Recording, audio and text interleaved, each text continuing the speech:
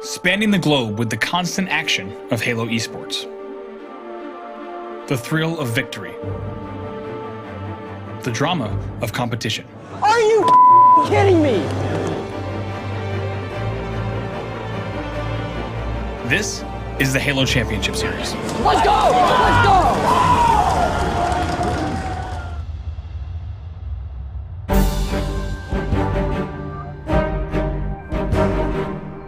Ladies and gentlemen, welcome to the HCS Pro League 2017 Summer Season Finals, live and kicking from DreamHack Atlanta.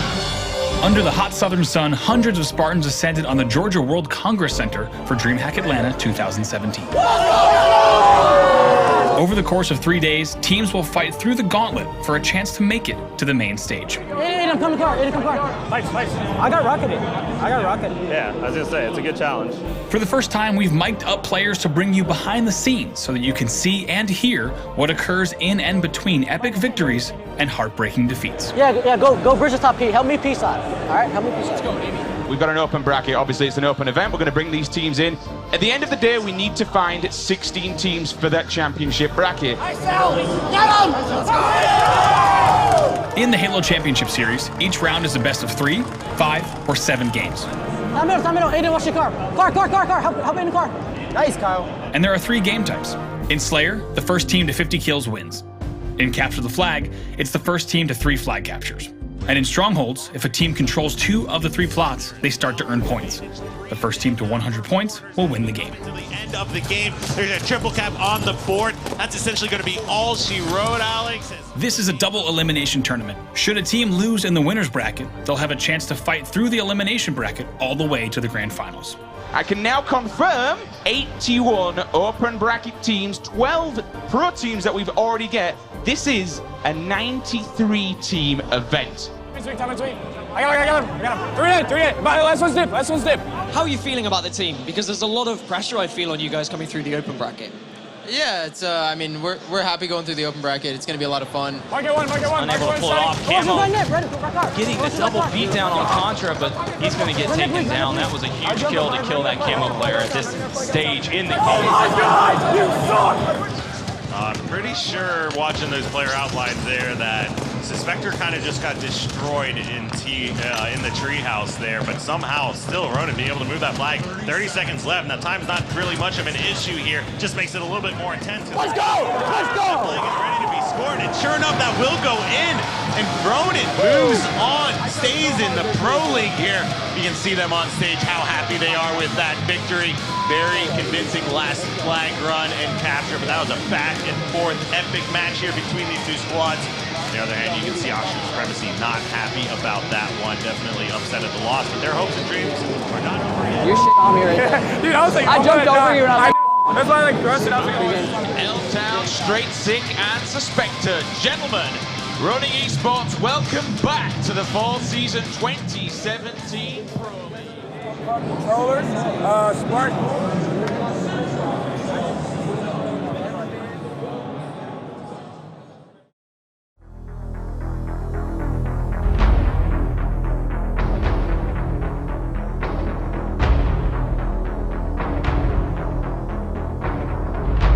As Saturday progressed, the championship winners bracket began to thin out. Heroes began to emerge, and hopes began to fade. He's still one shot.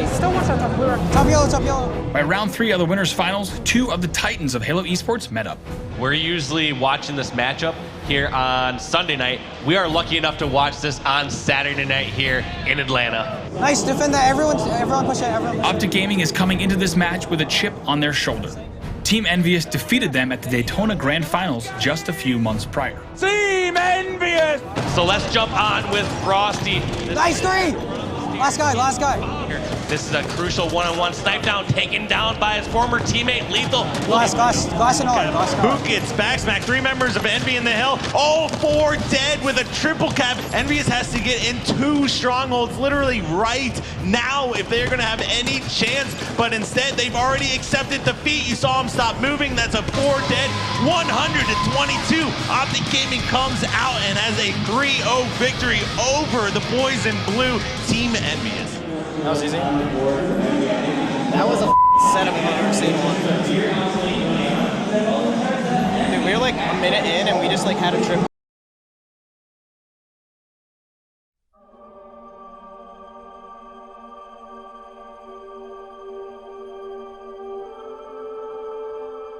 Spanning the globe with the constant action of Halo esports. The thrill of victory. The drama of competition. Are you kidding me? This is the Halo Championship Series. Let's go! Let's go!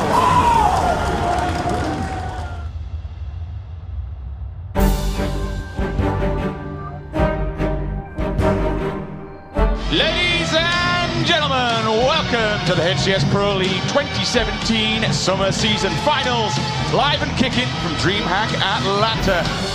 Under the hot southern sun, hundreds of Spartans ascended on the Georgia World Congress Center for DreamHack Atlanta 2017. Over the course of 3 days, teams will fight through the gauntlet for a chance to make it to the main stage. Hey, come to car. Come car. Nice. I got rocketed. Yeah, I was gonna say, it's a good challenge. For the first time, we've mic'd up players to bring you behind the scenes so that you can see and hear what occurs in and between epic victories and heartbreaking defeats. Yeah, go bridge the top P. Help me P side. All right, help me P side. Let's go, baby. We've got an open bracket. Obviously, it's an open event. We're going to bring these teams in. At the end of the day, we need to find 16 teams for that championship bracket. In the Halo Championship Series, each round is a best of 3, 5, or 7 games. Aiden, watch your car. Car. Help me in the car. Nice, Kyle. And there are 3 game types. In Slayer, the first team to 50 kills wins. In Capture the Flag, it's the first team to 3 flag captures. And in Strongholds, if a team controls 2 of the 3 plots, they start to earn points. The first team to 100 points will win the game. To the end of the game, there's a triple cap on the board. That's essentially going to be all she wrote, Alex. This is a double elimination tournament. Should a team lose in the winner's bracket, they'll have a chance to fight through the elimination bracket all the way to the grand finals. I can now confirm 81 open bracket teams, 12 pro teams that we've already get. This is a 93 team event. Time in sweet. I got him. 3 in. Last one's dip. How are you feeling about the team? Because there's a lot of pressure I feel on you guys coming through the open bracket. Yeah, it's. I mean, we're happy going through the open bracket. It's going to be a lot of fun. Unable to pull it off. Camo getting the double beat down on Contra, but he's going to get taken down. That was a huge kill to kill.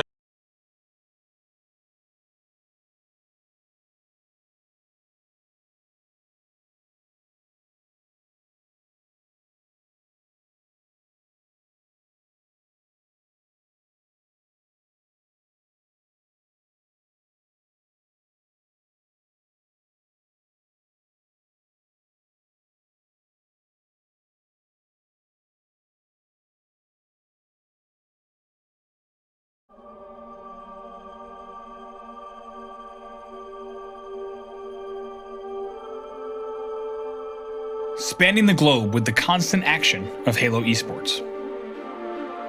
The thrill of victory. The drama of competition. Are you kidding me? This is the Halo Championship Series. Let's go! Let's go!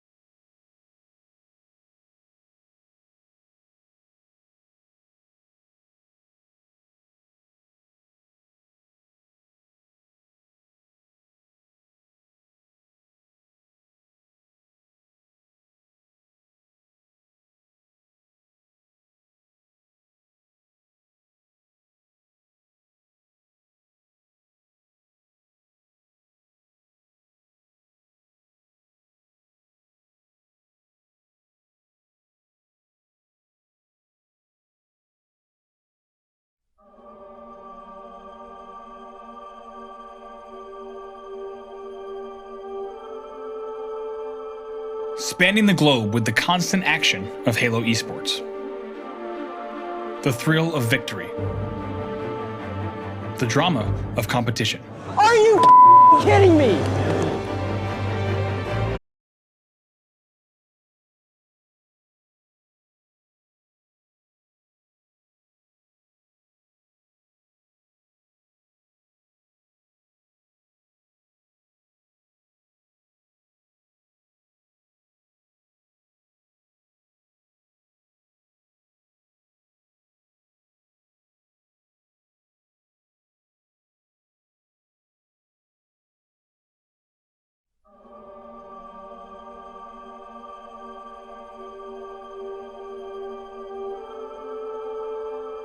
Spanning the globe with the constant action of Halo esports. The thrill of victory. The drama of competition. Are you kidding me? This is the Halo Championship Series. Let's go! Let's go!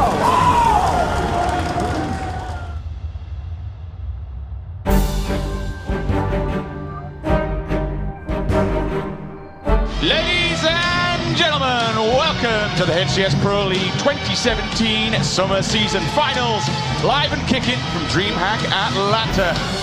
Under the hot southern sun, hundreds of Spartans ascended on the Georgia World Congress Center for DreamHack Atlanta 2017.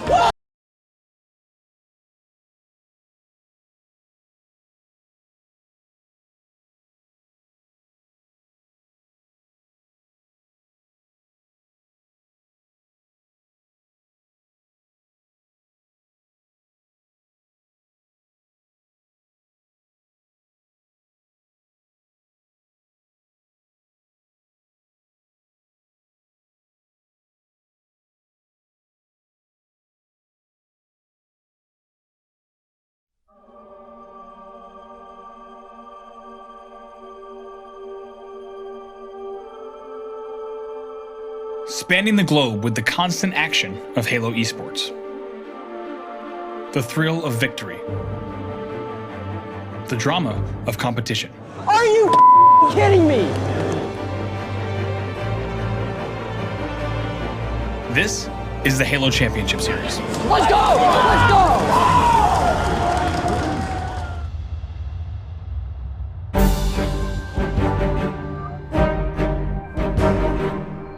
Ladies and gentlemen, welcome to the HCS Pro League 2017 Summer Season Finals, live and kicking from DreamHack Atlanta.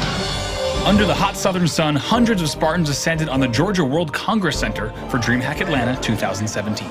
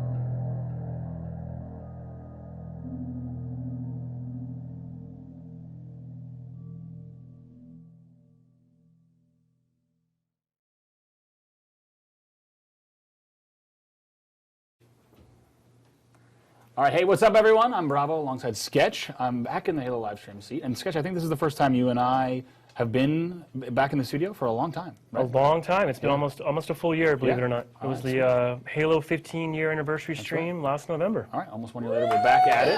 Heck yeah. All right, we got a packed studio in here with some awesome stuff on today's show. All in today's show, I'm going to be talking to Chris Lee as well as Tashi about Halo 5, esports, and many things to come, and you have some guests as well. That's right. I got Quinn Deloyo joining me a little bit later, lead designer. We're going to talk about some weapon tuning. Yeah? All right. Hey, I'm going to say there's a few names said, and Quinn is the one that had, I will say, not only the biggest applause, but the only applause. Well, I have one more guest joining me later as well. It's none other than Bonnie Ross. Okay. People are very excited about your guests, so... No pressure, no pressure. You got good guests, too. They're going to be great, I'm sure. Okay. We want to thank everyone joining us here in chat as well. However, you're tuning in across Mixer, Twitch, and YouTube. Thanks so much for tuning in. We're going to have a great show here. I'm now going to bring in Tashi and Chris Lee. Brian's going to be joining us here later on in the show, and he'll be back for more to talk about as well. But right now, we're going to bring in Tashi and Chris Lee. I want to give a shout out to everyone here in chat. Yep, bring them on in. I want to give a shout out to everyone in chat. Go ahead and leave us your questions on Mixer Chat. We've got Mixer Chat running for all of our guests on today's show with the questions you might have. But we have some cool things coming up on today's show, some special surprises and some things that I've been working on. So now please allow me to introduce head of FPS Games, Chris Lee, as well as lead esports producer, Tahir Hassan Jenkins, a.k.a. Tashi. What's up, guys? Hey. It's awesome to be here. Chris, this is I think, your first foray in the Halo live stream Hollywood basement studio.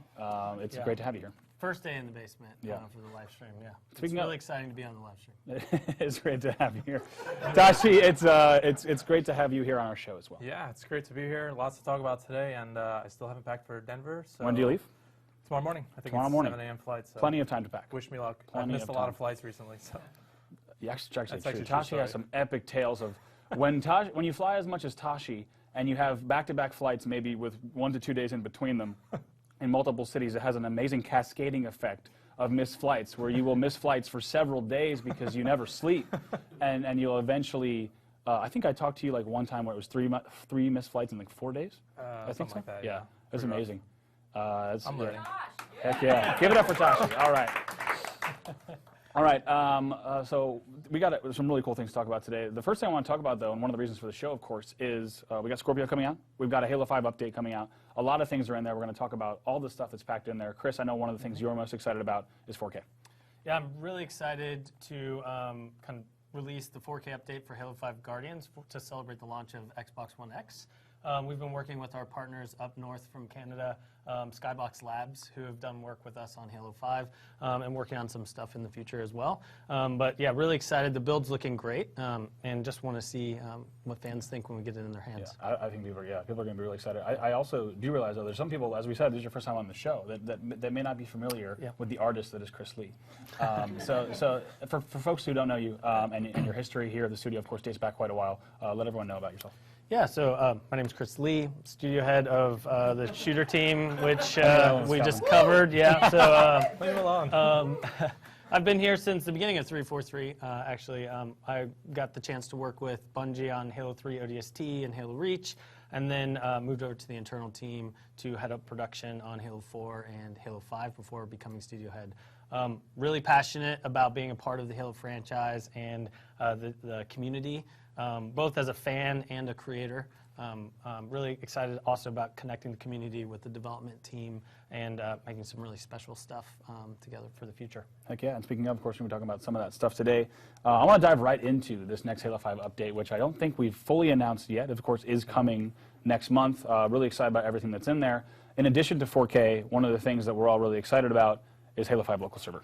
Yeah, Halo 5 local server is something the team was really excited about. We had a bunch of our team members going and supporting the HCS Live events with Tashi and the esports team, and that kind of passionate energy just kind of infected the team. We've talked about how we want to support local play and land for future titles, but we also wanted to see if we could pull that back into Halo 5.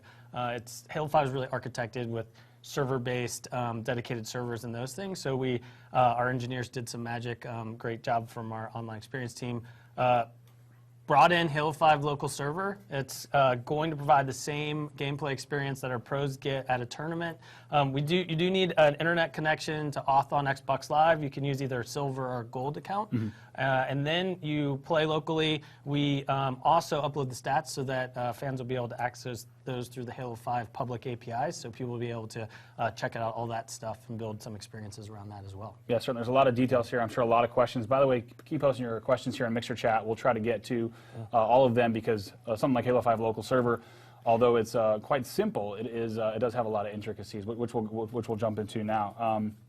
So essentially launching Halo 5 local server, it's pretty darn simple, and what's cool is that the team made it as simple as possible. So right now you can see on your screen, this is actually the local server app running on Windows 10. As long as it's running on the same network as your Xboxes are, you see right there, there's only really one thing to do. You name your server. You see this one here is called Master Chief 01. The second you launch Halo 5 local server, your server's running. You need to do nothing after, and it'll simply be running. If we go to the next screen as well, you'll see exactly how you select this on your server browser. You'll see right there all the active servers, all the PCs that are running a Halo 5 local server right on your network. You select Master Chief 01 right there and go ahead and launch that. And then actually you'd be connected to that server, and instead of using your host server as Xbox Live, you're now on that local server, and it's that simple. That's it. Yep. Lowest latency. Yeah. It's the lowest latency experience you can have playing Halo 5.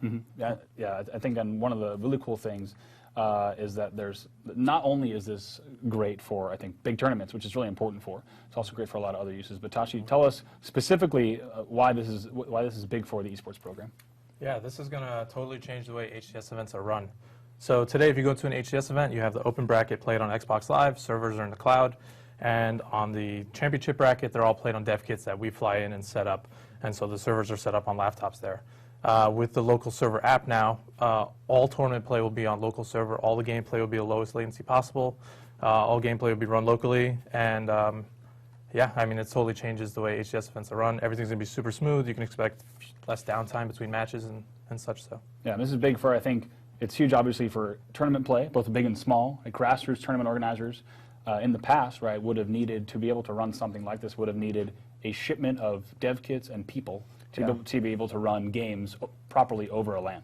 Yeah, exactly. So this is really different. Yeah, and so all the way from like running events in your basement, you just want to get a few friends over and play, you can totally do that. All the way up to, you know, grassroots tournaments running big 32, 64 team LANs. Like they can totally do that without need for us to bring in dev kits. So they can run it all on their own. All silver accounts on Xbox Live. So yeah, it's super easy to set up. And one of the best parts the team was looking to make sure it's accessible. So you don't need like a big, you know, modern gaming rig to run it. Any like mid-tier CPU will do. Integrated graphics will also do. Yeah, specs will come down the line, but yeah, the goal was to absolutely make it accessible. Yeah, and speaking of, one of the things that's really cool is also stats being in the public API. Because right now, the way that we run tournaments, right, stats are not public. Whether it's a tournament, big or small, I know there's a lot of manual work on your side to get those stats out. Yeah. So this is completely different. Yeah, so traditionally, we would have to pull the stats from our developer environment. And it's all manually done, and we just can't provide the same level of stats that are offered in the public API. So now with this, they're all partitioned in their own section in the public API, so those are totally free and accessible to anyone. And you get all of the stats that are available through normal public API. So match history, all the events that happen in the match, like it's all there. So now your Halo Data Hive, your Halo Tracker, they can all track tournament stats on their own. Yeah, it's also, of course, like pro boot camping and flying to each other's house. So this is the first time also that I want to interrupt myself though, because we have a question from Ryan Noob, which I think he'll like to hear. Oh, perfect. Ryan Noob says, does this mean that open brackets will be played on LAN instead of online? That is correct. So all of the events, all the stations will be run on the local server app. So gameplay is all done over LAN. One of the cool things also, it's super rock solid. So the only things that will really interrupt the game, like while you're playing in gameplay, is if the power goes out, which of course can happen, and then if the server is like the Ethernet cable is just unplugged from the rest of the Xboxes. So actual drop-in internet, yeah. Whether it's a basement LAN or if you're actually on a big stage, right, for the Halo World Championship, which we'll talk about later, to not have an internet kick players out of a match, that match is going to complete is pretty awesome. Yeah, and you might lose stats if you lose internet just because it needs internet to upload the stats, but it won't interrupt the game, and if Xbox Live goes down, it won't interrupt the game either. Right. The last thing I was going to say before we saw that question is it's great to see pros being able to boot camp as well, right? This is you'll see now across all these practice scenarios, Microsoft stores, etc., that you're going to actually be able to play on the exact tournament scenario, low latency that they have on the main stages. Yeah, no, it's really going to change the way everything. And I have to give a shout out to Mickwin because a few months ago, while this was in development, he said, "You guys should just release something so that we can run the server on our own laptops and everything." And I was like, "Yeah, we're working on that. Stay tuned." So, yeah, glad we can finally deliver this. But yeah, as Chris said, I want to give a huge shout out to the team upstairs, of course, who was able to put this together. Like you said, LAN being a really important thing for future games. But the fact that the team was able to bring everything back, I know it was a core team that that worked their asses off to put this together, so it's pretty special. Yeah. Heck yeah. Awesome. And I also know, Chris, that you got to head back upstairs as well to work on secret stuff that you can't tell us about just yet. Busy, you got to work on the secret stuff. Can't talk about it today. Okay, maybe one day. Yeah, one day. Awesome. But for real, it's great to have you on the show. Hopefully, we'll have you back here as well. Awesome. Would love to be back. Heck yeah. All right. Thank you, Chris. All right, folks, we got plenty more on today's show as well. You just heard about local server for the first time. There's going to be plenty more on that. As Tasha was speaking about earlier as well, lots more on specs, specifics. There's going to be an FAQ available both on Waypoint as well as in the Windows Store, just about the exact PC specs you want to have, et cetera, to be able to run your local server. But really excited to be able to bring that to Halo 5 this fall. Tasha, now you and I are going to be talking about content, which is pretty exciting. I know some things that you've been cooking up. You've been saving for this show. Yep. And then the first one we're going to talk about is skins. Now, before we get into the specifics of skins, tell us a little about the skins program for the esports team. What is it all about, and why is it a thing? Yeah, so, you know, the teams who invest, your Optic Gamings, your CLGs, your Evil Geniuses, they invest a lot of money in the Halo esports scene and all the teams and players. So we wanted to find a way to kind of help them recoup some of their investment. And the skins were a great way to do that. And so we released the first ones back in, I think it was June 2016. And we've done a few ever since, but we're finally excited to release some more. And to date, actually, we've paid out directly to organizations several hundred thousands of dollars. So it's been super successful thus far, and we're excited to kick it off with some more team orgs. So, yeah. All right, I'm going to let you do the honors. But before we do that, a good question is, how are these orgs chosen? You know, there's been several batches that have come out, several series of skins. When we look at this next batch of skins, how do you guys select that as an esports team? Yeah, I mean, it's very difficult, and the fans always tweet us, you know, do these skins, do that skins, and the way we look at it is kind of the longevity, how long a team has been investing in Halo esports in the scene, as well as ensuring that they're a top-performing team. So those are the two main factors that contribute to why we choose the skins we choose to work with. Without further ado, I'll let you do the honors. What's skin number one? Cool. So the first skin is Luminosity Gaming.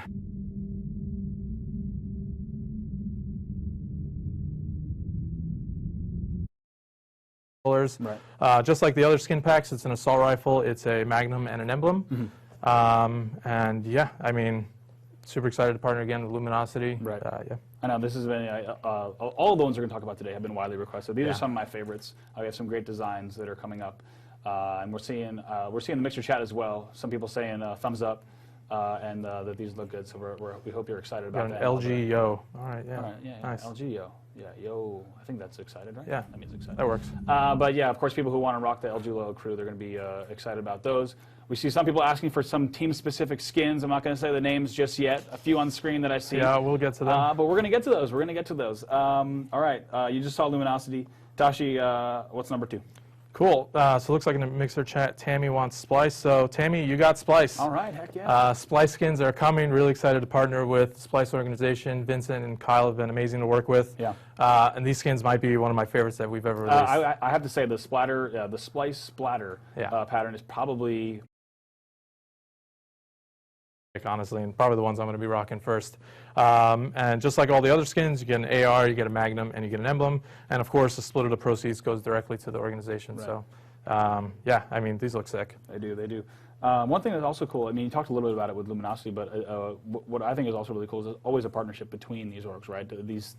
I have seen how much back and forth there is between the team orgs, right? When the skin comes in, there's a creative concept review, both on the 343 side and the team side. Can you tell us a bit about that? Yeah, I mean, it's a true partnership, and it takes a few months to build these skins. So, like you said, it's coming up with kind of deciding, okay, which do we want to use as the base version, making tweaks. There's certain guidelines because of all the different attachments on our skins, so just making sure we provide those guidelines to the orgs. And yeah, I think ultimately where we landed is something really special. Right, yeah, it's cool. And I've even seen, you know, sometimes right, the first skins that come through, right, everyone's kind of like, you know what, I think we could do this better. Maybe the team and the esports team's kind of creative vision is different for the skins, and those will just get tossed out, right? And, and it kind of starts over. And I think it's cool to see that both sides are, like you said, it's a partnership to get those. Yeah, and I think we've been really just pushing each other to do the best skin possible for the fans. So I think I love where we landed, honestly. And I think we have one more team skin for today. One more. For the last one, of course.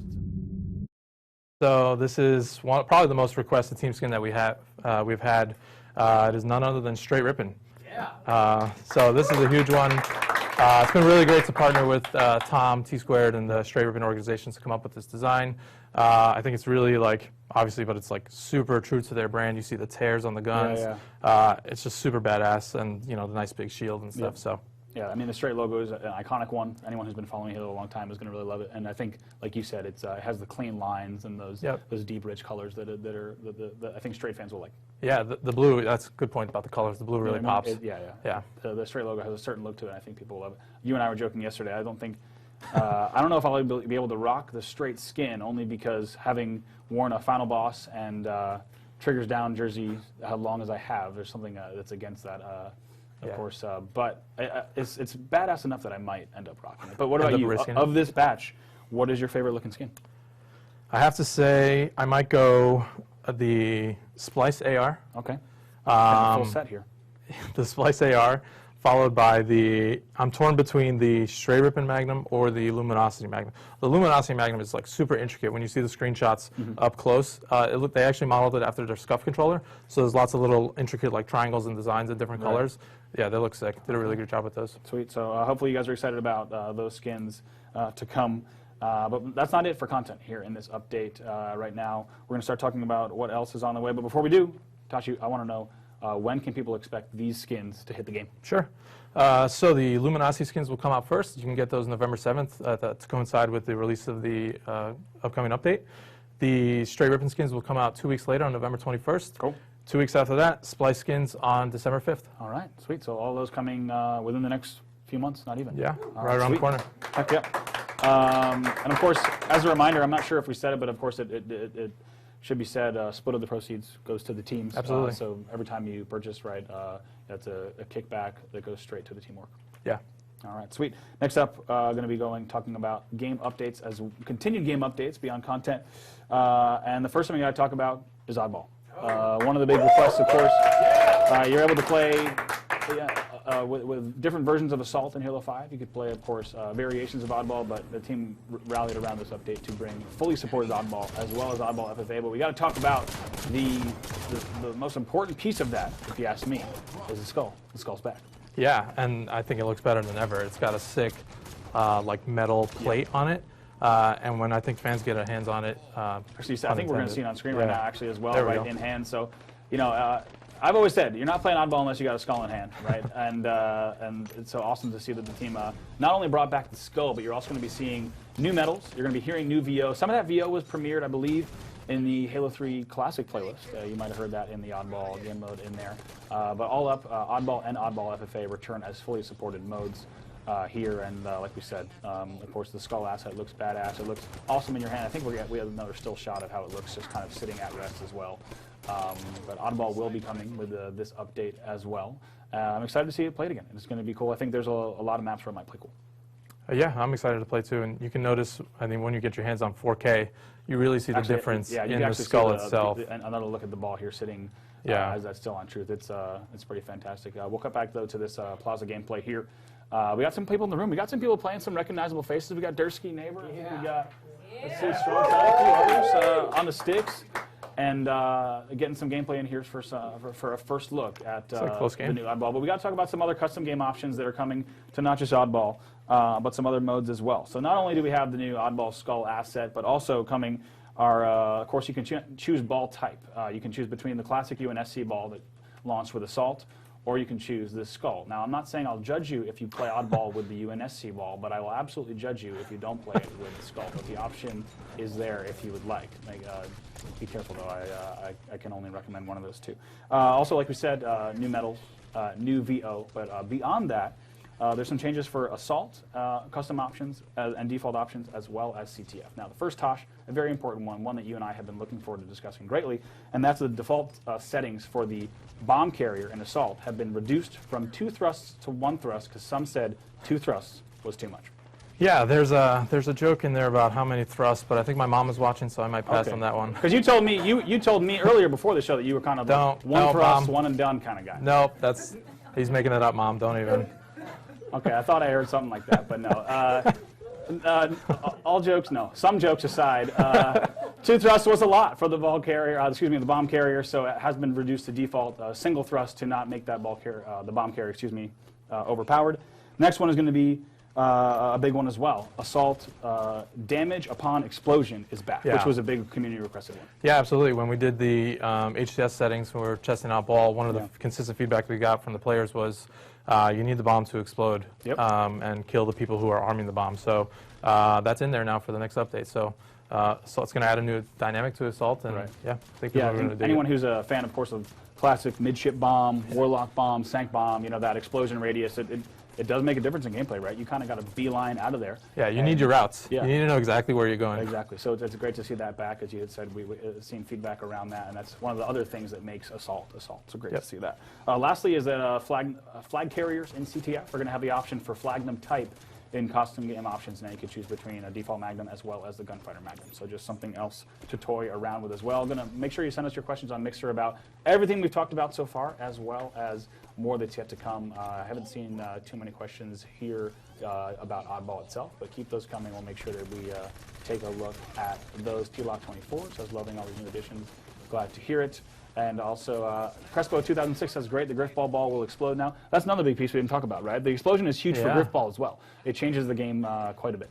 Yeah, totally. No, Griffball, Assault, all these modes are going to be have a different dynamic. Heck yeah. All right, so I believe that is going to do it for Oddball. Of course, that and everything you've heard, Halo 5 local server and more is coming. And I want to thank all of our guests in the studio for putting some gameplay on. I'm not sure we should ask, who's winning this game? First, who's winning this game? I asked who's winning the game, and Neighbor put his hand up. So Neighbor is winning this 4v4, which is actually usually the case with our studio playtest here. But once again, I want to give a thanks to everyone for showing off Oddball as well. I should mention as well, Oddball FFA, a fully supported mode as well with all of the same goodness, VO, medals, new skull asset that you saw earlier on today. A big shout out to the team upstairs for putting that all together for this update, which will be dropping next month.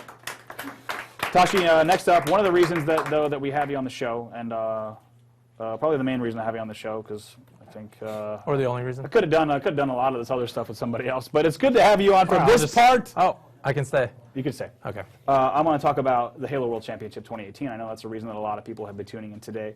But before we dig into the specifics, let's talk about the journey so far. You put out a blog last week. Yeah. Tell us about kind of where you guys have been and where we're headed. Yeah, so coming up in November, it's going to be the 3rd birthday of the Halo Championship Series. So pretty incredible landmark, and the blog was really just to look back at all the amazing events and moments and stuff and all the shows that the players have really put on. When I think back to HCS Season 1 Finals on Halo 2 Anniversary, that epic Losers Finals with Noble Black and CLG, just really like unforgettable moments. The first Halo World Championship, X Games, all that stuff. And so kind of the things we want to look at, and I touched about in the blog, are what do we want the HCS to kind of reflect and be, and it's really a journey, and it started this year in 2017, and kind of how we, communicate with the community and how we look at the HCS and what we really focus on. So you saw things like the competitive settings totally getting overhauled, and changing formats in Europe for the fall season. So like I said, it's a journey. It started in 2017, and you're going to see it continue throughout 2018. Some of our values, like ensuring that we're running at the highest quality bar. So you'll see that Halo World Championship 2018 and also beyond. Right, heck yeah. So I think before we get into all the specifics that people want to hear about, I do believe we have a trailer here for the 2018 World Championships. Let's go ahead and roll tape. This is the ultimate test of player versus player, lightning fast reflexes. The blood between these two teams is not good. I've seen nothing but intensity. The movement of this game and the speed at which these guys are able to do so much damage. Talk about the underdog, the fairy tale story, the dark horse, call it what you want.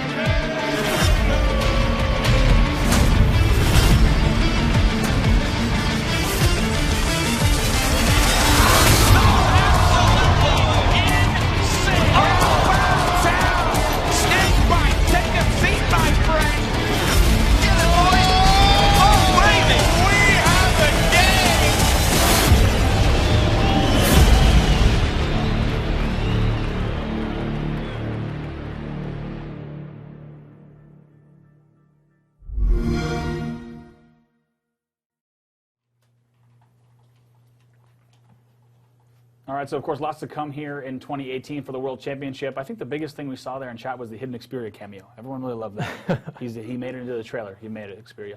But now let's talk about, let's get into details, Tosh, right away. The first thing I want to know, regions. Who's playing in the World Championship? Yeah, so you can expect competition from North America, Latin America, Europe, and Australia and New Zealand. Those are big 4 major regions competing. And we're looking to do live events in each region. So to kick things off, we'll be in North America, and that is going to kick it off with an open event. And then we'll go on to, that'll be a 50K open LAN. We'll also have a 5K free-for-all for anyone who wants to just come compete in a free-for-all, don't have a team, whatever the case is, just come join the community, hang out. Next, we'll move on to Latin America. And so this is a 20K LAN in Mexico. Again, another free-for-all, 5K for anyone who wants to come compete. Really excited about that one. Yeah, I mean, it'd be great to go. Last Worlds this year was my first time in Mexico. It's fantastic. I mean, the passion, the excitement, all the teams there. The food, yeah. The food, yes. Everything was, the tequila, everything was fantastic in Mexico, and the competition certainly is included in that. It was a great event, so excited to go back to Mexico. Yeah, for sure. Next up, we'll be in Europe. So this will be a LAN in the United Kingdom. This is going to be a 25K open LAN, and so the Latin American one and the Europe are going to be kind of the gates to get you into Worlds. So those are your main regional finals. They're open regional final qualifiers there. That's going to be a 25K in Europe, and it's going to be another 5K FFA, so really excited about that one. And then the next one. So got a lot of feedback last year. Last year in Australia, we only had online qualifiers. Yep. And I was personally really gutted about this one. Yeah, no, I mean, you were. I remember talking to you about not being able to do an open LAN or even a LAN in Australia and New Zealand was big. To be able to have an open LAN, I know it means a lot for you and the team. Yeah, no, it's huge, and it's going to be my first time in Australia. I talk a lot with the OHL guys, Ads and Benno and stuff. So it's going to be great to go into their hometown, have an open LAN, host them there. Those guys have been kicking ass, keeping that scene alive. So I'm excited for everyone to come out there. That's going to be a 20K open LAN. Yep. That's the main qualifier to get you to Worlds. There'll also be a 5K FFA there. So I really can't wait. Heck yeah. So we're talking open LANs in every region. I think people will be excited about it. One more I forgot. Yes. So after that, to kind of conclude the qualification, we will go back to North America, United States, to do a regional final there. And all of this is just on a road to Halo World Championship, which $1 million prize pool for there. Right. So, yeah, it's going to be massive. Heck yeah. And the question is, I mean, if you think about going into each world, you saw how dominant CLG was going into Worlds 16. Thank you. How dominant Optic was going into World 17. Same players. It's exactly. But that's exactly my point. It's a different story for that crew heading into this Worlds, right? You can't even say who's going to win Denver, let alone who might be the top team going to Worlds. Absolutely. I mean, the last event that Optic won was 2017 Halo World Championship Finals. So they couldn't get it done in Daytona. Envy took it there. Splice took it in Atlanta. Denver's just in a few days. So that's really up in the air. We don't know who's going to win. And I don't think it's going to be telling necessarily of who's going to win the next Halo World Championship because not only do you have these top teams being more competitive, but like we've always seen, new players come up, new blood, and kind of shake up the scene like Frosty did in 2016. Guys like Renegade and Shotzi doing it in 2017. So it's totally up in the air. All right, indeed. But that's not it for regions. We also have some cool regional news that will be a first for, I think, Halo All Up, which will be exciting. Let's talk about country skins. Yeah, so we've got country skins for the events that you can see right there. You've got the United States one. These will be coming out with the when the events are going on, so they'll only be available for a limited amount of time, so you don't want to wait to jump on these, but these are really amazing. You've got an assault rifle and a magnum with each pack. So here's the United States one. We'll also hit Canada, so that's a big one in North America. Those are the two there. Latin America will be represented with Mexico skins, so those look awesome there. La bandera. And then, I'm assuming that means flag. The flag, cool. And then, of course, United Kingdom flag right there. The flag skin, that's an assault rifle and a magnum again. And then finally, Australia gets its own skin as well. So, yeah, each major region will get their own country flags to represent. Right. Yeah. Heck yeah. And when do you get those again? During each open event? Yeah. So during each event, there will be they'll be available for a limited amount of time. Yeah. Cool. Heck yeah, I think people will be excited about the country skins as well. I think we had a card up there. We should get back into finals, though, Tashi, because there's some big news about finals. Specifically, the one that I want to call out, of course, is number of teams. Yeah, absolutely. So Halo World Championship Finals 2017, we had 12 teams. Increasing that now to 16 teams, so we're really excited about that. And, you know, have specific format details are still to come, still to be announced, but excited to bring that back up to 16 teams. That'd be great. As well as, like you said, $1 million prize pool, and really yet to see who might to take this tournament. Really is up to anyone. We see some people with fireplace hype in the chat. Let's go. I thought I felt that, actually. I was like getting warm on the back of the head, right? Oh, I wasn't yeah. actually... Wow. Wasn't actually sure what was going on there. But I think people are going to be really excited about country skins of these. I don't actually know which one is my favorite as well, of course, the U.S. skin. I know you're a Spanish speaker, so I'm sure... It's very kind of you to say that I'm a Spanish speaker. I saw you at the event. I tried. But I have to say, I think fans, of course, from Mexico are going to love that flag. They go nuts about absolutely everything, so it's going to... We already see some people in the chat getting excited about those. The basement is on fire. That's right. The Hollywood basement is now... on fire, but I think everything is back to normal here, so I think we're good. Put it out. Last question, Tashi, on the Halo World Championship, of course, and it's a big one. When can you tell us about partners? Yeah, so Denver's just in a few days, so the fall season will be concluding this weekend. And you can expect in just a few weeks, we're ready to announce who our new partners are. Okay. So not quite ready to reveal that just yet, but season is ending in just a few days. Right. Yeah, I know people are excited to hear about who's going to be running tournaments, so we'll stay tuned for that. Anything you can share about what might come after Worlds? Let's see. I guess Microsoft Store? I'm thinking what can come after Worlds. I don't know if you can tell me what's coming after Worlds in the year. Yes, absolutely. So like I talked about in my blog, one of the key things we're focused on is getting back to doing open events. And you see that throughout the Halo World Championship 2018 roadmap. And you can absolutely expect that after 2018 Halo World Championship Finals for the rest of the year. And in 2017, players received $1.8 million in prize pool. You can expect that again in 2018, so we're really excited about that. Awesome. Heck yeah. All right, I believe that does it for the Halo World Championship for now. I know you've been saying that there's going to be quite a few more info drops over the next few months. Yeah, absolutely. So more news coming this fall, so definitely stay tuned for that. Awesome. Heck yeah. And as we said earlier, we're only a few days away from Denver. You had mentioned that you're not really sure who might come out on top, but of the big three, any pick? Put me on the spot? I'm going to put you on the spot. All right. Any pick from you? So Envy went undefeated in the season. I don't think I've seen a fire from them like this, probably since Daytona, when they went on an incredible run there. So they're looking really hot. I think if they can be hot during the tournament, they absolutely can take this. I know Miquin has been firing the teams up. I talked to him a bit about that, so or his players up. Can never count against Optic. Those guys are just too good. They're way too practiced. And I know that like the top teams haven't been necessarily scrimming or streaming, so they can keep their strategies hidden. So I'm excited to see what new crazy stuff these guys do.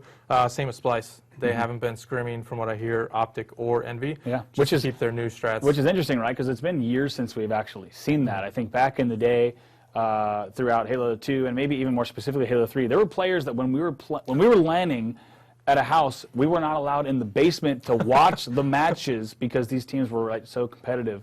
And a lot of teams, once again, if you go back a little bit further to Halo 2, some teams would never scrim online. Yeah. And I think for a few years that's kind of been diluted, right? Everyone kind of scrimmed everyone, but it's crazy to see how tight that top 3, top 4 is, and how everyone's kind of not willing to give an inch now. Yeah, it's super competitive, and I think with so much money on the line, any little advantage can get you the lead in a match, in a game, especially with the stuff Splice is doing, finding out new jumps, new angles and stuff. Right. Like, those are secrets that you pull out on a Game 7 or a Game 5, and it totally wins you a tournament, so they don't want to reveal any of that. And I'm excited to see what those me too. crazy bastards come up with. I hope the young guns of Splice have some surprises for us in Denver. It's going to be fantastic indeed.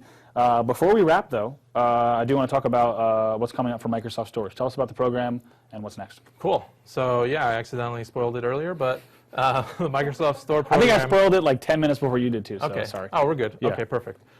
So, yeah, Microsoft Store tournament, we kicked them off in August, and they've been absolutely amazing. We've had each month thousands of players and fans flocking to their local store to play, participate, hang out. And the reception has been incredible. I'm sure everyone who's been following along on Twitter with the Microsoft Store Halo hashtag has seen kind of just everyone's Sunday light up, not just for football, but for no, it's Halo. awesome to see, right? Like, you just see like the tweets popping up when HS retweeting them, like this player won in Bellevue, this player won in Century City, right? It's kind of cool to see an actual physical representation of hometown heroes and where they are on the map. And it kind of gives players all around the U.S., as well as select locations in Australia and Puerto Rico, opportunities to be like, I am actually the best player in this region, right? And I think it's not just, it used to be kind of like urban legends, right? Like, oh, this player, during the Halo 2 days, this player is the best, they're kind of up and coming, and then they go to a regional event and they prove it. But now this kind of offers monthly opportunities for you to continually say, actually, I run Southern California. Yeah, absolutely. And, the stuff that the GT Halo guys are doing in Toronto, they're challenging other cities. And so everyone's getting to the local Microsoft Store. I think are they undefeated in the challenges? Someone was telling me, but I think they were from Toronto. They are from Toronto. Yeah, they lost to Chicago, I think, recently. Yeah, I knew it. Yeah, Divian and the team was pretty disappointed about that. I'm sure Martin Ohms, who's leading the charge there, was pretty disappointed. But they're cool. still really good. Yeah, it's cool though to think about when as these teams are emerging from each city, how they can kind of put themselves on the map. Yeah, absolutely. So going forward, we went to the Microsoft Store team and said, all right, community is out there supporting. We've got to escalate and do bigger and badder stuff. So we're going to cue a video soon, but you're going to see going from 53 stores to now all 83. So every single Microsoft Store around will be running monthly Halo 5 tournaments beginning in November. The first one will be attached to the Xbox One X launch party, so you can go play a 2v2 there and just enjoy the festivities. Each store will be running their own events, so I'm sure it'll be all unique and awesome. So now if you've been saying, I wish my Microsoft Store was running it, it's officially running it. Yeah. Sweet. Yeah, so that's awesome. And big shout out to all the Microsoft Store gaming experts who have been really busting their ass to make sure these tournaments are as good as possible. And they just keep getting better every month, too. And they do have a really cool vibe. I was able to be at the Bellevue one about 2 weeks ago. And it's awesome to see. I think you have teams that are, it's roommates going against one another. And I think we had a good batch of teams there. But it's a very different vibe. If you haven't been to a local Halo tournament in years, or heaven forbid ever, make sure to get over there. It's an awesome opportunity, just a way to meet people, of course, with free-for-alls, 2v2s, and 4v4s. Great ways to build teams, just meet people who play the game. It's a really good time. Yeah, absolutely. So they'll kick off again in November, and then the December one will actually be the first time that the Microsoft Store switch over to the local server app. Sweet. So now we'll be playing on the lowest latency possible. So amazing tournament experience. Yeah, this is the first chance for everyone around the nation, as well as select parts of Puerto Rico and Australia, to be able to play on LAN exactly what you're playing. At HCS events. Yeah, so it's going to be totally smooth setting those up. So those will continue into 2018 and through March 2018. So really excited there. I think we're going to show in the video. We've got another little surprise for Microsoft Store participants, but I won't spoil it now. We'll save it for the video. Cool. I think that video is coming up in just a bit. I do believe that video is also, the Microsoft Store section, and that video will be the end for you and I. So Tasha, I want to thank you so much for coming on the show with me today. Absolutely. It has been a pleasure. Thanks for having me. I think everyone is quite excited about what's to come. I know Worlds, as well as tournament operators and much more, is on the way just yet. So with that, that'll do it for me. Guys, Sketch is going to be back in just a bit with plenty more in today's show. But for Tashi and I, we'll see you later.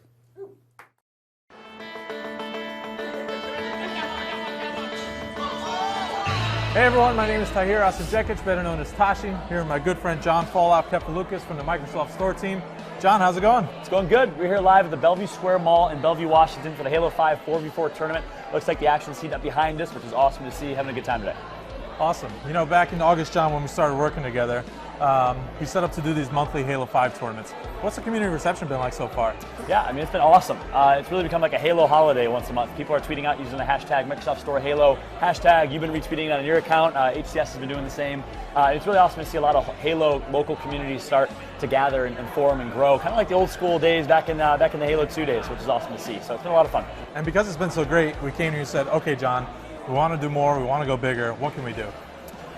We're going bigger, safe to say. So I'm excited to announce and kind of tease the fact that starting in 2018, in January, we'll be doing more of the same. So we'll be expanding to all 83 stores. So if you're one of the 20 or so stores that were not participating, you will be participating in January, which is really great. We're going to continue to grow, continue to get better, and then I think there might be some additional hints and teases along the way as well.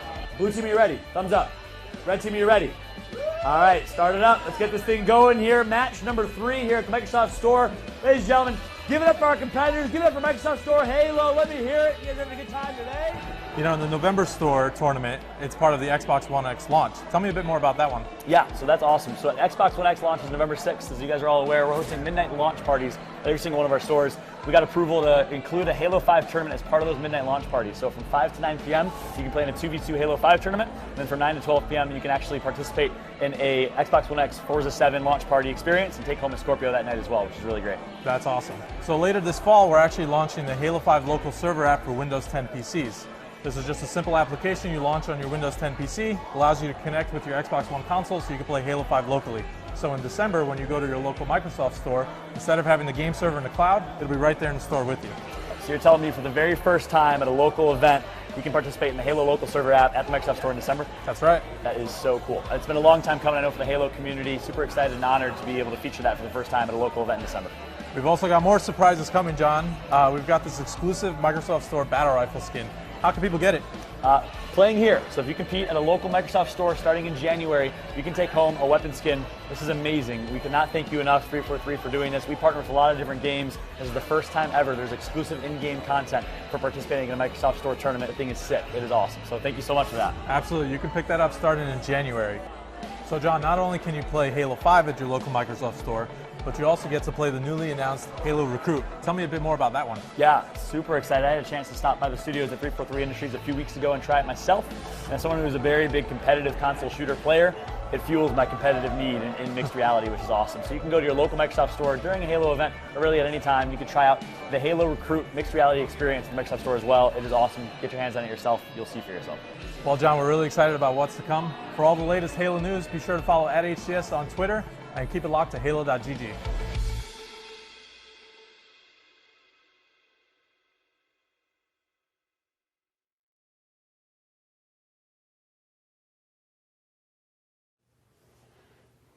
All right, we are back. Welcome. Obviously, I'm not Bravo. I'm Sketch.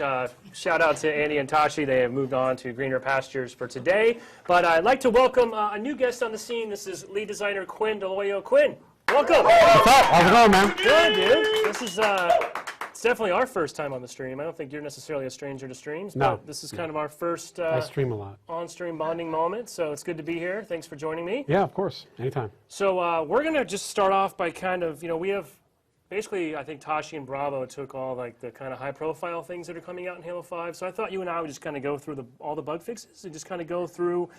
I got maybe 200 or so bug fixes. I think we're just going to go through those. Keep I'm okay it real with that. snappy. I'm good.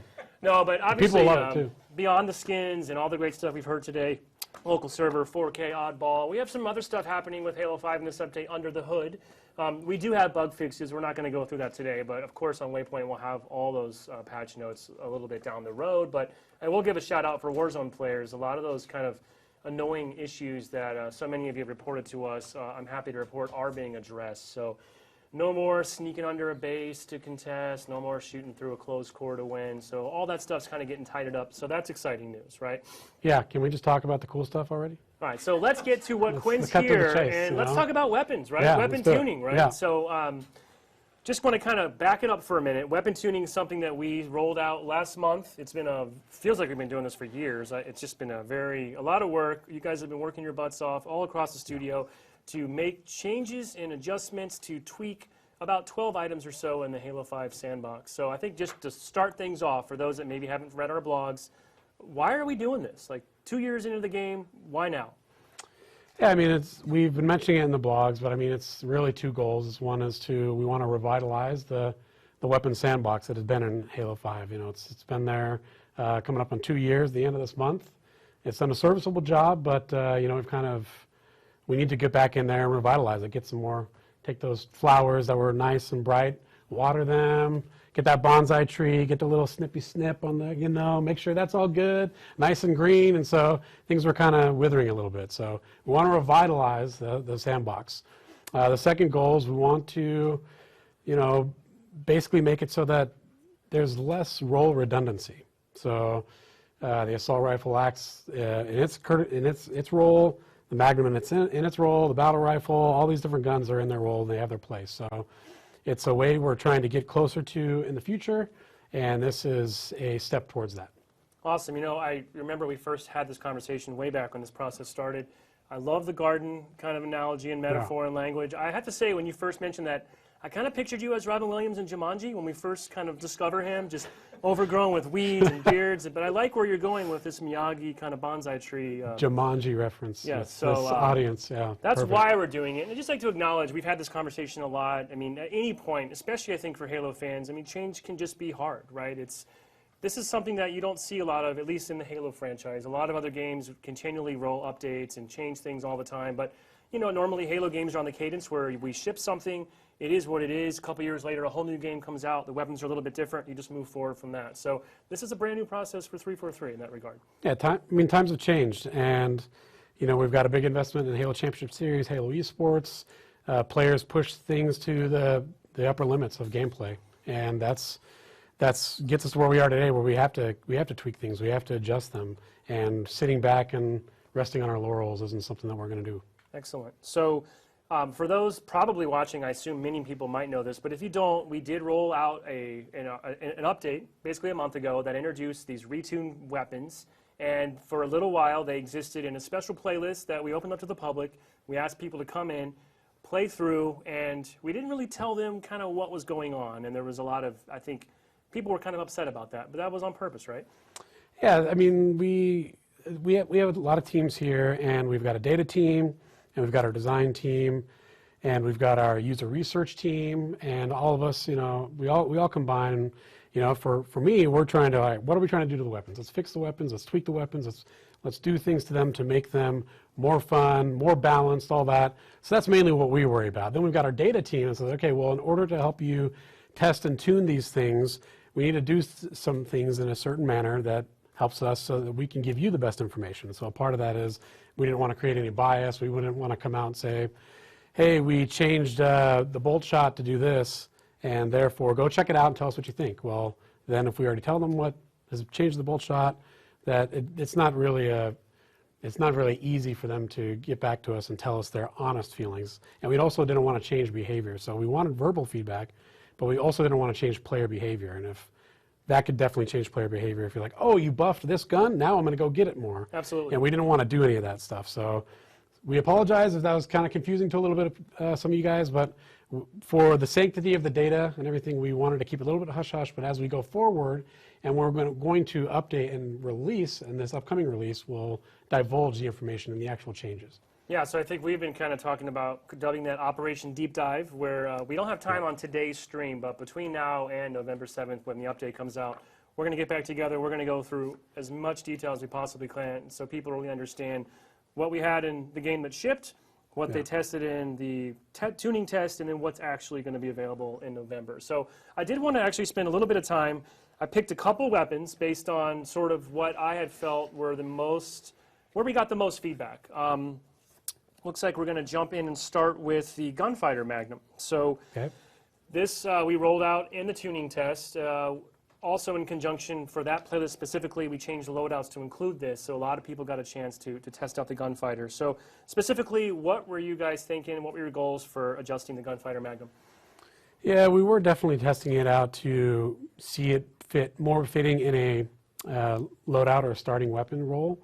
But what we wanted to do with that is really push it to the brink of being that close quarters, true sidearm, that finishing gun, also that gun that if you get caught out in the battlefield off guard and someone has another close quarters weapon like an SMG, that you could really pull that gun on them and actually be in that fight and battle them out. And so we felt that gameplay was actually pretty fun and interesting, whereas classically in Halo 5, that weapon that you would use to deal with people at close range was the assault rifle, and it's a fully automatic weapon. It just feels different. So we wanted to go more in that realm of the assault rifle's role, but in a different package.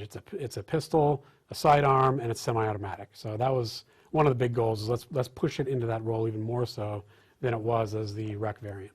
Awesome. So I think overall, a lot of things about that tuned update worked out pretty good in the test, but you guys did, based on feedback, based on data, you have gone back to do another bit of iteration. So what we saw in the playlist is not necessarily what's going to be coming out in November. So could you just kind of quickly walk us through what's changed? What will the Gunfighter be when we get our hands on it in November? Yeah, so without going too deep into it, which is Operation Deep Dive, that is a hashtag. Coming soon. Operation Deep Dive is going to be coming later, okay? So without going into that too much, but it's going to be different. We saw that, it just wasn't snappy enough to bring out, to get that gun out like that and pull it on someone. So we increased that speed to its ready time, its reload time, and then we made it even a little bit more accurate. And also we upped the damage just a little bit too, so you can clean up people a little bit more and just lay down more damage. Cool. So we'll be looking forward to see how that lands in November. Now let's move on to our next weapon. It looks like we are looking at the railgun right now. So this also got a lot of feedback for us. I think the changes made in the tuning tests were kind of significant, jarring to some players. But quickly take us through what were your thoughts behind it? What was the team trying to accomplish by adjusting the railgun?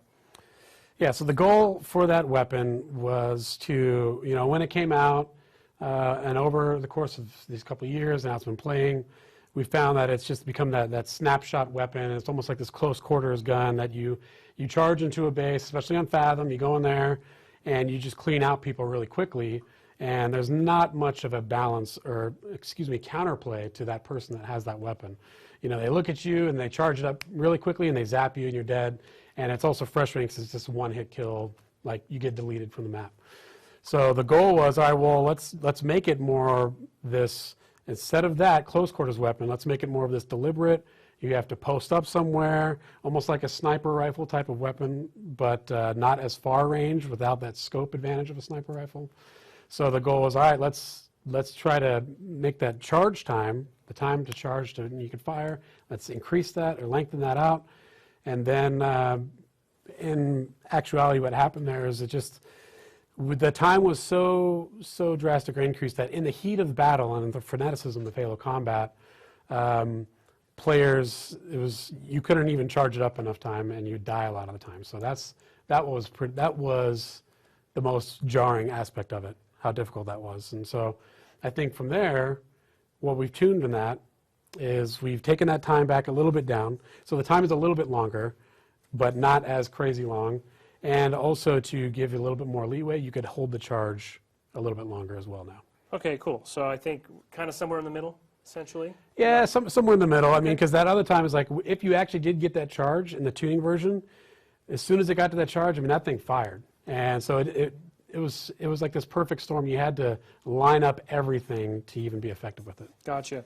So I'm going to backtrack for a minute here, and I may have missed this on screen. If I did, I apologize. I wanted to talk about the battle rifle, because I think out of all the weapons that we changed, that is the weapon that received the most amount of feedback. And I think that's...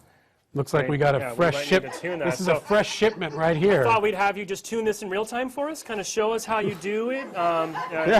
If you, for example, wanted to reduce the spread, so you just turn that screw right there, right? So this comes right out of these crates here. This is a fresh shipment from Mizraya Armory, right? For all you lore nerds out there, aka China.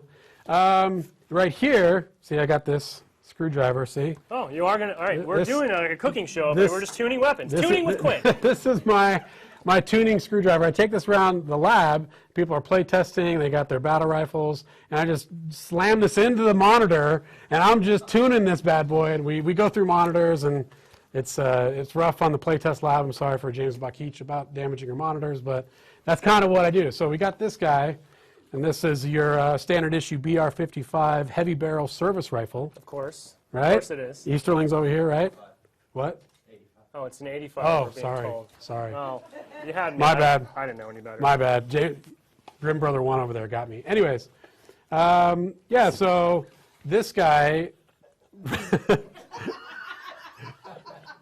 this is a meme now. I want to see how far you go with this. I'm going to just see how far will we go with this. No, so this is, when we put this guy out, the tuning version of this, there's a lot of things we actually liked about it. That was mainly the cadence, okay, and the rhythm. And the rhythm was actually something, if you look back on the Halo 5 beta, okay, back in late December and early January of 2015, we got feedback of, is this even a battle rifle? Does this thing even burst? Because the amount of time of the bullets in each burst was so close that it almost seemed like it was a DMR. Yep. And so we took that burst and elongated it a little bit. So now you could actually hear the separate bullets, that 3-round burst. So that was really good. That received good feedback. We felt good about that. The rate of fire was slowed down a little bit to match that rhythm and that cadence. That was all good. Where we ran into some problems was in live fire, in the game, out in the wild, it wasn't as consistent. So the Halo 5 stock BR is very consistent. I mean, it's very lethal. That's the whole reason we wanted to tune that thing, because it was very powerful at long ranges. You could laser people from far away. And again, we wanted to get this guy more in line with a starting weapon, similar to what we were doing with the gunfighter. And in order to do that, we needed to bring its range in. So we took it into the shop, you know, this barrel right here, the rifling in there was a little too rough, so we had to, you know, tighten this guy up a little bit, make the rifling a little bit more smooth. So the tuning version that we're going to come out with in this update is going to have the accuracy, it's more accurate. We also changed, so we had some reports from the screen shake being a little too much, which is the muzzle climb, the recoil, all that. That got brought back down. And so we kept the cadence, we kept the rhythm, the bursts, all that. We also brought in the red reticle range just a little bit to keep it more in that mid-range, so it's not as lethal from far away. Cool. And that's what we're going to go with. Awesome. So we'll look forward to seeing what players do with that BR when it comes out in November. But in terms of all the feedback about it felt too inconsistent, too random, sounds like you and the team are all over that, and we're feeling pretty good about this next version. We hope you will too. Kind of want to move through this really quickly. I just want to very, very quickly touch on the assault rifle. I found another prop for that. We don't need to go through that whole shtick again, but, you know, holding a weapon. Well, Grim Brother wanted to make fun of me, and then, yeah, don't even try to go down the lore path this time. So the assault rifle, another sort of really iconic weapon in the game, big implications across all the game modes. Also got some changes in the tuning test. I think some of it landed as you intended. A few things maybe didn't. What can we look forward to changing for the assault rifle? Yeah, it's just quick and dirty with this. I mean, we had this guy, the tuning version of it. We made it so that the inaccuracy went out really wide, much wider than default Halo 5, because we wanted to get people to play with it a little bit more, I guess responsibly is the term. Like, that sounds really heavy. Use your AR responsibly. Yes, responsibly. So you're not just holding the trigger all the time and your shots are going crazy. So it's like, all right, I need to have that feathering a little bit, you know, just the light, you know, feather. Take care of that thing, right? Okay. And so when you have someone at far range, you want to be very responsible with it. And so in hindsight, you know, we thought that I was just getting a little too cute with it, you know. And we was like, hey, it's an assault rifle. What's that fantasy of the assault rifle for Master Chief, for Halo, all of that. And in a multiplayer setting, it just wasn't really getting there. And even the cadence of it was sounding more like other weapons, because it was like bursting and all that. So we want this weapon to be more of like, it's that true triggers down rifle. You grab it, you hold it down, and you go. It's that chopper. So just some of the quick tunings there. You know, we made the accuracy tighter so it doesn't get as wide when you go full triggers down. So that's brought in more. And to counter that a little bit, each bullet does less damage. So less damage per shot, but more accurate. So you just need to keep your reticle on the target. And we even upped the rate of fire just a smidgy, just a dash, cool. To compensate for the lower damage and the higher accuracy. All right, so again, we'll be looking forward to seeing what all of our players think when they get their hands on the updated assault rifle in November. The last two things I just want to very quickly mention, because these were not part of our tuning test because of the way the game is set up and the way our playlists are built. We didn't have the option to change grenades, for example, but it's always something that you and the team have intended and planned on adjusting. And when this update releases, grenades will be adjusted. First off, quickly, tell me about the frag grenade. What's changing and why? Yeah, the frag grenade has, there's a few reasons for that. We wanted to make it so that there's a little bit more reward for accuracy when people use them. So we brought the radius down a little bit. And that has some other nice effects where there's less using the grenades for information gathering with hit markers. You have to be more accurate with it. And another part of that is the visual effects on the grenade explosion will match more now with the radius. The radius is actually larger than the explosion radius. And the explosion radius is actually so large, it was larger than like the rocket launcher, for example. So that's been brought in to tweak that a little bit more. Awesome. I think we'll see some good feedback there. I think it's something that I've seen a lot of players asking for. Please get the grenades under control a little bit. And then quickly, splinter grenades, also something that the team's been talking about for a long time. I know that conversation goes back to a lot of HCS feedback, but even throughout all multiplayer feedback, there's been comments about splinter grenades. Again, what's changing and why? Yeah, that weapon and grenade has been getting feedback from everyone. And the main role of that grenade is to be an area of denial type of grenade. It's not meant to be this grenade that you use to directly remove someone, this burst damage. That's more in line with what the frag grenade is supposed to be. The splinter grenade is supposed to be you throw it, it deploys, and while it's deployed, you don't go in that area. And so what we did with that is the initial explosion, we took that damage and we took it down quite a bit. So when you throw it, it's not going to be as lethal on that first explosion, but it will still be just as lethal when it's fully deployed in its deployed state. Okay. Well, we'll look forward to seeing how that rolls out. And again, we've mentioned this, but all these weapon changes plus a bunch more we haven't talked about today because we generally feel like what was released in the tuning test worked pretty good. Data and feedback were pretty solid. So all those changes will be going live in November. Of course, the biggest difference is they're going live across the entire game. So multiplayer, Warzone, and campaign. So safe to say this is an ongoing process, right? We're not just going to ship it and forget it? No, definitely not. We've got things planned in the can of like, hey, how are we going to update these things? We're going to monitor them. Same teams that were involved last time with the data team, user research, all that. We're going to be monitoring and playing the game, looking at that, and anything that we feel is out of line, not working properly, then we'll adjust it. And that's something that we're committed to, that we feel really good about, to make sure that this isn't just hey, we're going to drop it off and then walk away. We're committed to it, and we're going to still look at the weapons and update them and keep them in a good state, to keep tending that garden. Awesome. Well, we don't want to let our garden overgrow, for yeah, sure. No, we do not.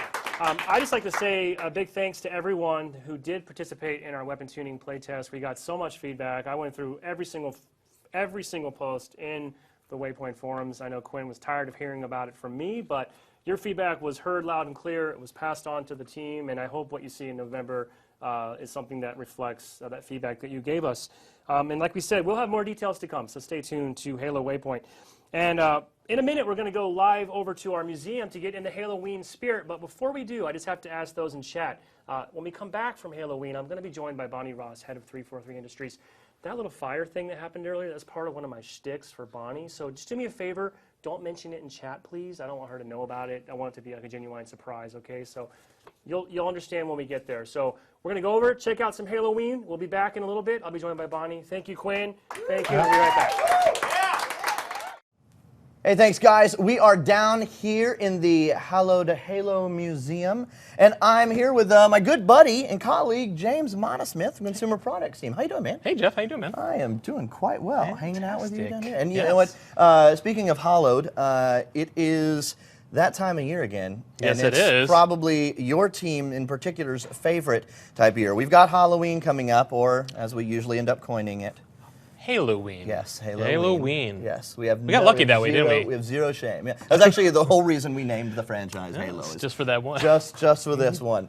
So now, real recently, we actually, if you caught it on HaloWaypoint.com, we actually put out a bit of a costume guide to help you if you're going to the store and you're wanting to take your Halloween festivities to the next level from a Halo perspective. But we figured rather than just doing it on Waypoint in written form, we kind of wanted to show some stuff offline in person. Sound good to you? Yeah, it's great. Let's do it. All right, so let's see what we got here. So really, what we do is we want to make sure that we have items for everybody, from the little Spartan to the big Spartans, and even for people with any kind of budgets. Like sometimes you're on the way to a party, you need to get something really quick, and you don't want to spend $500 on a costume. What are you gonna do? Yes. Well, we have that solution.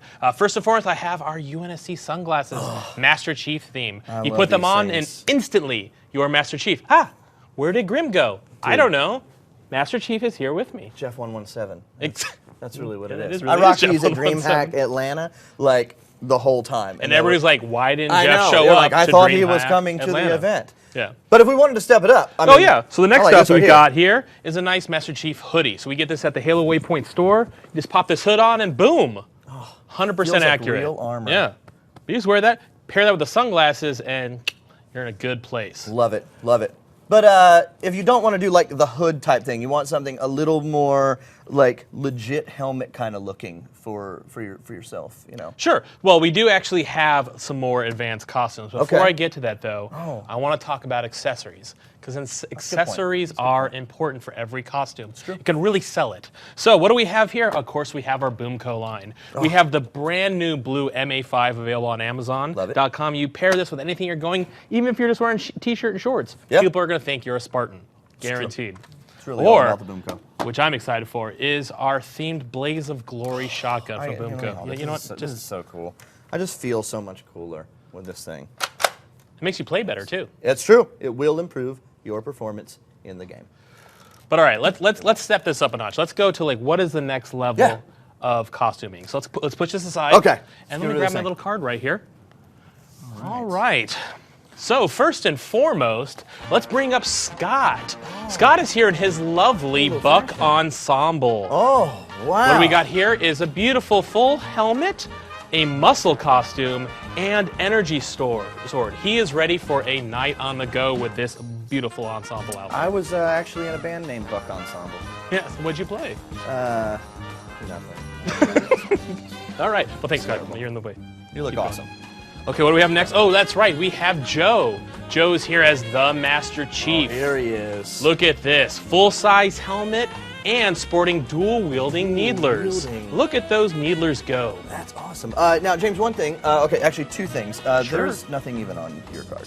Sure. Yes. And second, these needlers, they're cool. They're but totally cool. But they're also a little smaller, smaller scale, almost like a needle pistol. Here for Halloween, we like to cater to all audiences, and especially for our little Spartan fans. We designed these for them to take out and take it trick-or-treating with them, or take it to school and have some fun with the friends and family. The actual 6-year-old Spartan. Yes, the actual 6-year-old. Early and not initiation. Yeah, 36-year-old Spartans. Yes. Totally different. All right, well, thanks, Chief. Awesome. This looks fantastic. Very good. Now, speaking actually of which, we have another kind of sneakily creepy behind you is our Cortana costume. That's actually not just a museum piece right here. That's actually a purchasable costume that you can wear, right? This is available at spirithalloween.com, exclusive to them, and it is a full Cortana outfit that you can get and sporter. It doesn't come with a wig, but you get the full skin, which is great. Yeah. Very cool. Now, speaking of full outfits, we have another really we have another thing we want to show off. I mean, then there's the people who want to go to Legendary, the ones who compete at the highest level. Mythic even, perhaps. Mythic. Oh, that's a good point. Mythic.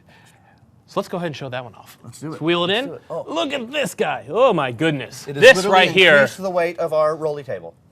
Is the Disguise Prestige Master Chief costume. Comes with a deluxe helmet, lights up, full armor. I mean, you wear this around the party, and people are going to notice you. Yes, you might actually have to save someone from the Covenant wearing this. That's true. You are required to save the universe and mankind in this outfit. But you know what? Seems fair. Everybody gets to. I love it. That's very cool. Now, what's what I think I would love about the helmet is like the sequel, the inevitable sequel to the Halo 3 cat helmet. Yeah, except this will fit a human. Yeah. So we call it the Halo 3 human helmet. Yes, that's true. Actually, we should. Now, speaking of which, I think we have one more thing, don't we? We should talk about one more thing. Okay. This is kind of like a little last-minute addition. Last minute. It's just because we love you guys. Toss me here. Oh, nice. I almost took out an eye. We almost lost an eye on camera. But Wouldn't be the first. Excited to talk about. We are going to announce the theme for the next crate. Yes. The theme is Theme me. Halo 3, The Great Journey.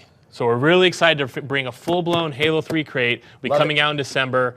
I can say this right now, the figure is probably our best yet. It is unbelievable. Is it inside there? It is inside, so let's show it to everybody. Let's do it. I'm just kidding. Just kidding, guys. We still maintain our embargo. Yes. But really excited about this.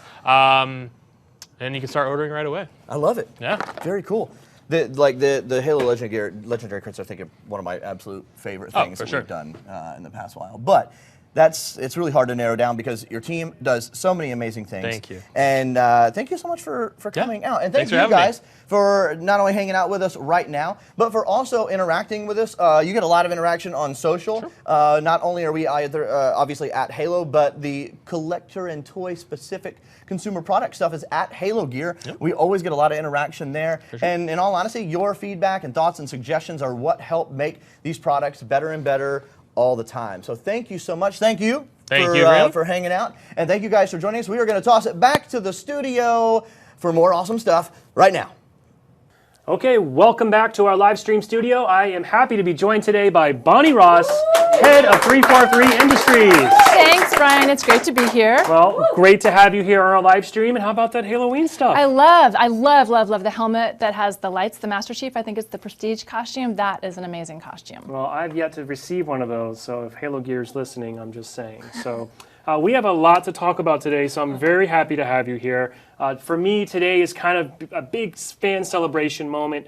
But I want to make sure you're comfortable. I want to think about this as a fireside chat. I don't want to worry about the lights, ignore the audience, ignore the viewers.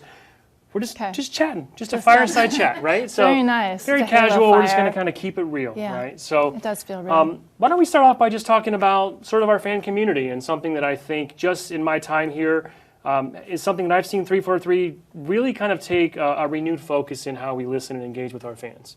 Yeah, I hope, we always are listening to everything, the good, the bad, the ugly, but I don't think we always do a good job of communicating back on what we're hearing or not hearing. And what you're hopefully seeing this last year is us trying to have more of a dialogue with fans versus talking at, and really trying to understand what's going on. Like Heavy Aims would be a good example of this, that I hope the fans feel we've kind of done a better job engaging and really figuring out what's going on so that we can create the best experiences. Yeah, absolutely. I mean, everything we've talked about today, as far as I'm concerned, is just a huge list of fan service items. It's things that we know our players have been asking for, and it's amazing to see the team committing and going in to do the work to now bring these experiences to our player base. Yeah.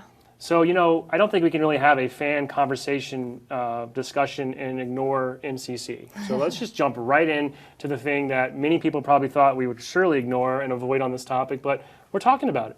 Yeah, I think the one thing that's been really great about having you, a trusted member back on the front with the community, is fans have been really open about maybe what we haven't been. I think that we think about MCC a lot. We think about what we should be doing or not doing, but we're not really communicating to the audience or to our community, and I think you've done a great job at highlighting that.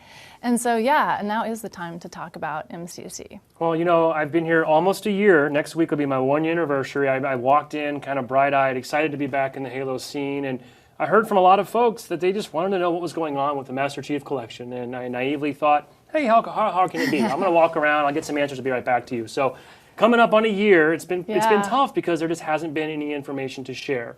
But I think today we're going to change that. We are, and I would just say that I think that seeing the community through your eyes and that we haven't been communicating, we've just been silent on this topic, has not been great. It's caused a lot of frustration, and I do apologize for that. And I want to make sure as we go forward, that's something that we do fix, even if it's half-baked or we don't know exactly what we're doing, having a better dialogue with the fans to kind of update them.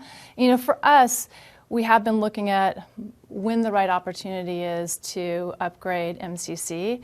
And when we do it to get the maximum benefit, we do feel that we want to move it to the latest platform updates so we can take advantage of all the great stuff that the Xbox platform team has done. And MCC is 6 engines. It's not an easy thing to move over, and there's a lot of risk, which doesn't mean we shouldn't do it. We were a little bit more cautious about when we should do it.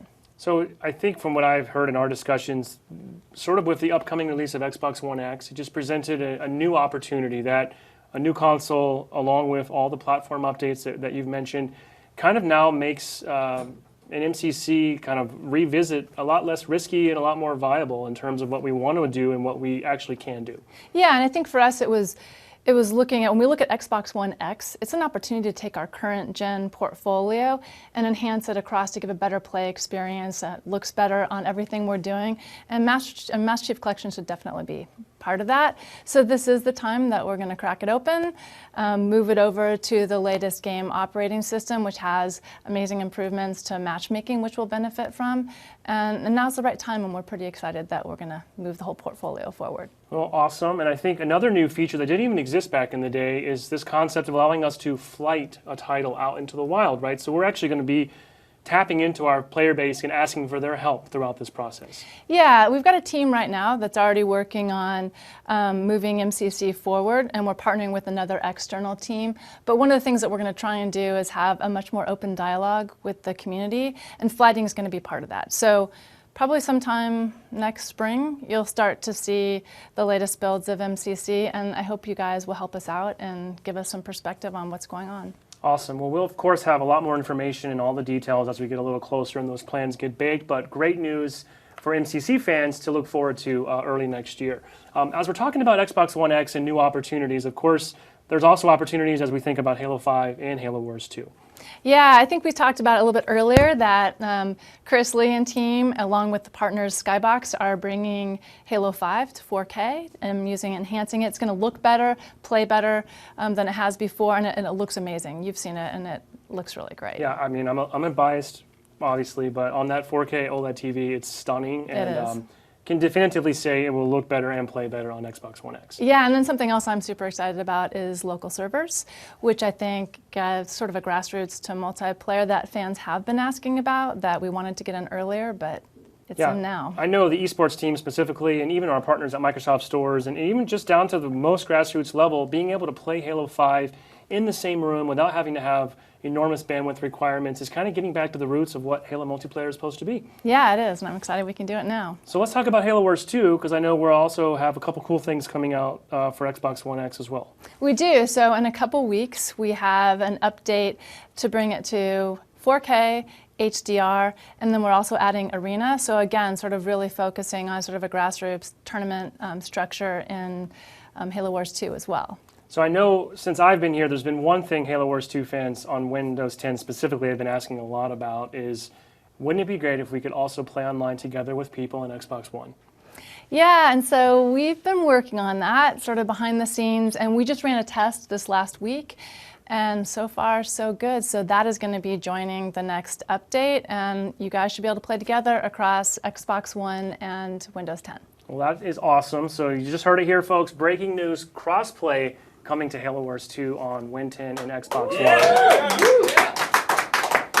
So we've done a lot of stuff we talked about throughout this whole stream of how we're taking our current portfolio of experiences and making them even better for fans. But of course, a lot of the studio is focusing on the future, looking ahead at brand new experiences, one of which I think just launched today. Yes, yes. Halo Recruit is in stores today, so you can go play it in any of the Microsoft stores, and you can also download it on the Microsoft's Marketplace. Yeah, so for those who maybe missed our initial announce a few weeks ago, what would you like our fans just to kind of know about Halo Recruit? What is it?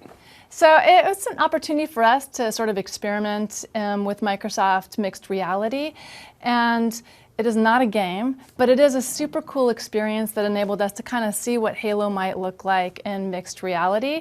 It's about a 5-minute experience, and Kiki Wolfkill, who's head of Transmedia team, her team partnering with Endeavor One have put it together, and you've tried it. I mean, my favorite thing is, like, when you see Master Chief and you see the Warthog, it really illustrates the potential of this medium, and I don't know what your thoughts, but I thought Absolutely. It was super cool. I mean, the first time I put the headset on, I'm literally standing in the Halo universe, looking up at an Elite, and just to kind of be in that real scale inside the universe, for me was pretty awesome, and I'm hoping we'll see more of that in the future.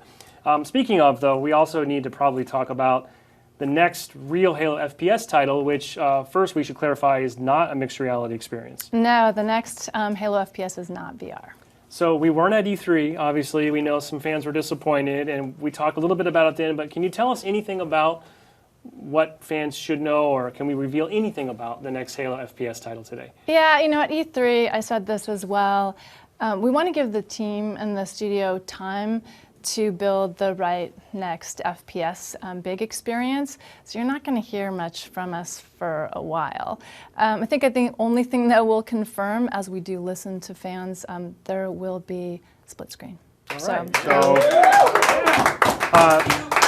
safe to say that's a feature that we heard a lot of feedback about, I think? Just a little bit of feedback. All right. So but we awesome. did listen. Great news, great news. So lots of amazing updates to our current portfolio, cool things on the horizon like Recruit, and then of course when the time is right we'll have more to say about our next Halo FPS title. So, you know, I think one of our final things we want to do today, we talked about on these streams, we always like to give away a prize. Yeah. It's kind of obligatory. So you're here as our guest of honor. You should have the honor of giving away a prize. Earlier today, I put out a call on Twitter, asked folks to submit questions, and if we picked their question, we would reward them with a cool prize. Of course, we had way more than we could actually get to today, so I apologize. Hopefully, maybe we'll come back later. We'll have a chance to do some more. But we settled for this question from @HollowDrone, who asks, what's something from Halo 4 or 5 or your time at 343 that you're really proud of that doesn't get talked about very often? Settled for a question. I think that's a really good question. So I would say there's multiple things, but maybe one of them would be around Halo 4. We shipped Halo 4 at the last year of the console on an older engine, and I think that the work that the art team and the tech team did to push performance and graphical fidelity forward is pretty amazing at that time in the life cycle, and I would argue I think it's one of the best 360 games, looking 360 games out there. So I'm super proud of that. No arguments here. You know, I mean, they didn't ask me, but I'm just pretty proud that it only took me 357 days to get an MCC update for our community. So this goes down in my book for sure. So let's bring over our special guest and present our amazing prize. It's going to go to @HollowDrone. You said you like the Prestige armor? All right. We've got some Prestige armor. Thanks, Chief. So there's your Prestige armor, and we're going to get that shipped out to HollowDrone, who I believe is actually based overseas, so that's going to be a fun logistical challenge. So, Bonnie, before we go, any parting words or final thoughts you'd like to share with our folks? Yeah, he's big. So one of the things I would love to say is just a shout out and thank you to the community. We, the team came up with the idea of the Relief and Recovery Rec Pack, that all proceeds go to supporting many of the tragedies that have happened over the last 3 weeks. And so far, I think we just got word in it's about over 150,000 that has been earned already, which is amazing. Yep, and 100% of those proceeds will go to disaster relief efforts, and that pack's going to stay available and on sale all the way until next Monday. Yes, it goes right through the HCS tournament in Denver this weekend, but thank you guys so much, and I hope you keep purchasing and we can give more to help all the people in need. Thank you. Thank you, Bonnie. Thank you very much.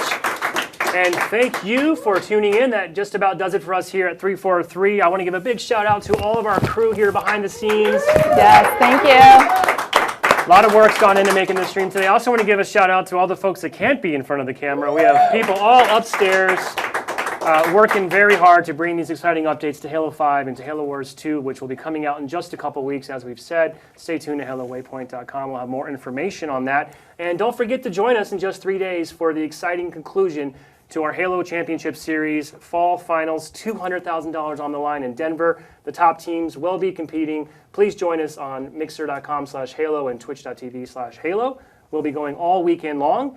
And on behalf of everyone here today, thank you for joining us. Thank you. Happy Halloween.